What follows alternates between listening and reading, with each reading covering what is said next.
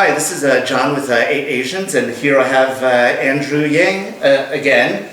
And it's been since January 2020 since I last saw you in San Francisco. So what's been new? Shouldn't this be called 2Asians?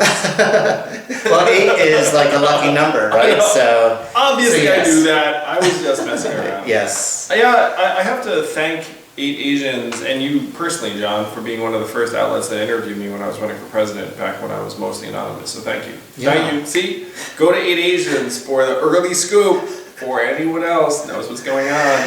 Thanks for the shout out. Yeah, that was August 2018, if you can believe it or not. Like end of July, early August. Yeah, that was early. And during that period, I was like, hey, anyone want to talk to me? And you know who wanted to talk to me? John. Yes, because unlike a lot of Asians, I'm actually really interested in politics as well as Asian Americans getting involved in politics. So when I heard, who's this Asian running for president in 2018?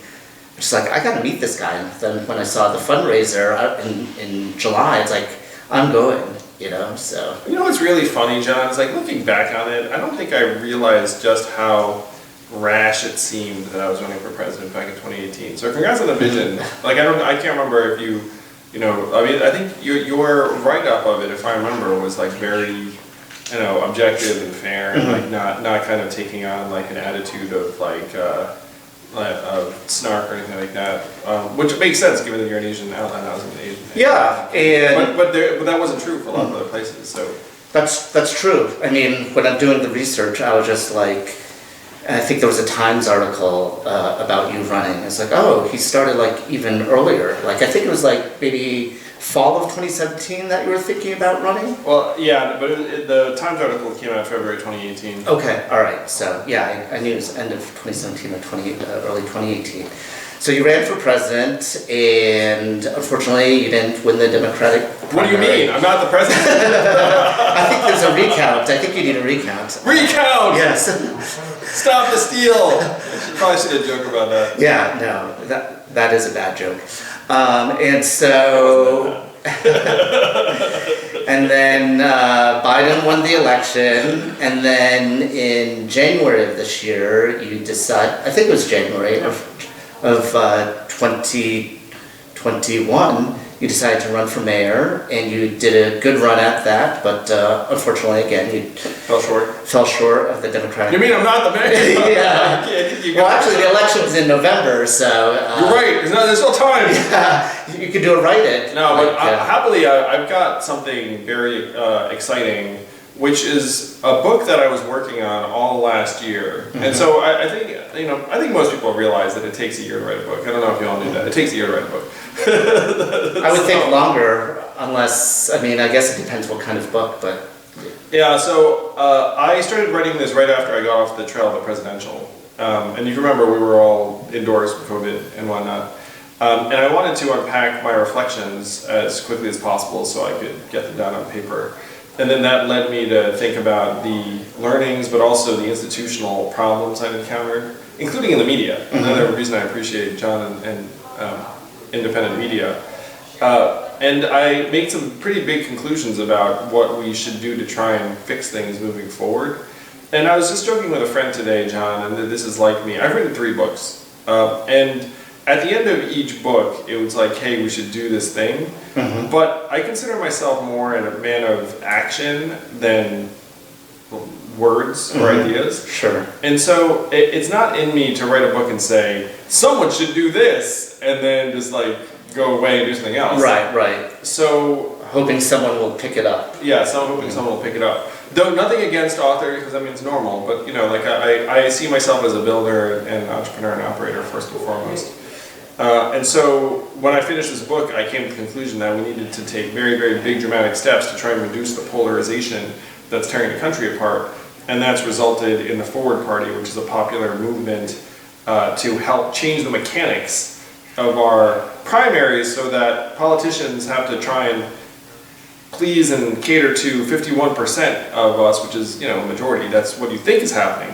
But what's actually happening is they have to cater to the most extreme 20% on either side, because those are the only people that vote in the closed party primaries.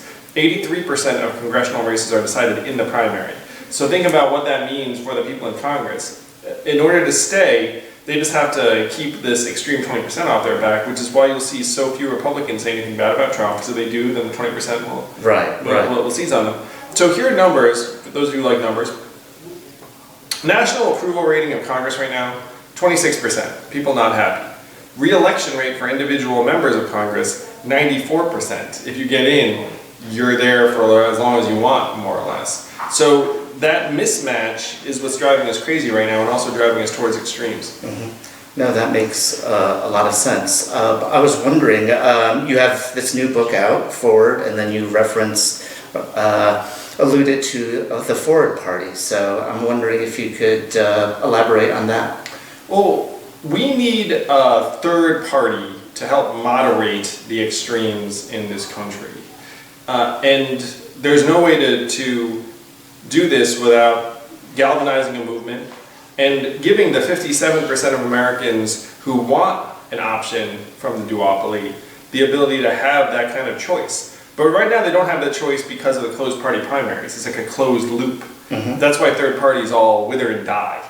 So what we have to do is change the mechanics so that we actually have real choice that also, again, reduces the polarized incentives of our current politicians. So that's the Forward Party. You can join if you're a Democrat, Independent, or Republican. This is about a party that can change the incentives so that our legislators aren't rewarded for being extreme. Okay. So is this isn't necessarily like a traditional political party, or is it like I would register as a Forward Party member? You could register as a Forward Party member, but the fact is we have some requirements with the FEC to pass in order to be a political party. Okay, I see. So these are the initial... So right now we're a PAC. Okay. And then the PAC can turn into a political party if we support candidates and get enough energy and volunteers, maybe have a convention. These are some of the requirements to be a political party. You might not know that. That's true. Okay. So we have a hybrid PAC where we have a PAC and then we have a super PAC. Okay. So if this is exciting to you, you can donate. You can donate $5. The maximum you can donate to the PAC is $5,000. And then the super PAC, you can write a blank check if you feel like, and then I'll fill it out for a very large number. Because that's what anyone would do in my situation. Yes, exactly. And so tell me about this new book of yours. When does it come out, and what are your plans for touring the country to promote it? It comes out on October 5th. I'm very, very proud of it and excited about it. Most importantly, my wife likes it a lot. So when she likes it, it really makes me swell with pride. But the book's about my experiences running for president, the lessons learned, the institutional failures and problems we're struggling with, and then reforms that would actually fix it, and then what would it take to make those reforms happen in real life. I'm going to be here in the Bay Area. For whatever reason, I have a feeling a lot of the people that are on 8Asians are in the Bay Area, but I'll be back in the Bay Area for a book tour talk on October 21st. You can come out then. If you go to andrewyang.com, you can find my entire book tour, but I'm going to DC, Boston, Chicago, Philly, Denver, Atlanta, Irvine, Des Moines, Iowa, and San Francisco, of course. Great. Well, thank you very much for your time. I know you're a really busy person, and I really appreciate catching up with you. So good luck with the book, as well as with everything going on with Forward. Pick it up. I promise you, it's a page turner. And again, hats off to 8Asians, to John, and to independent media generally. We have to reward the media outlets that actually serve our community and try and tell it like it is. Thanks for the plug, Andrew, and look forward to seeing what you do in the future. Check it out. It's going to be great.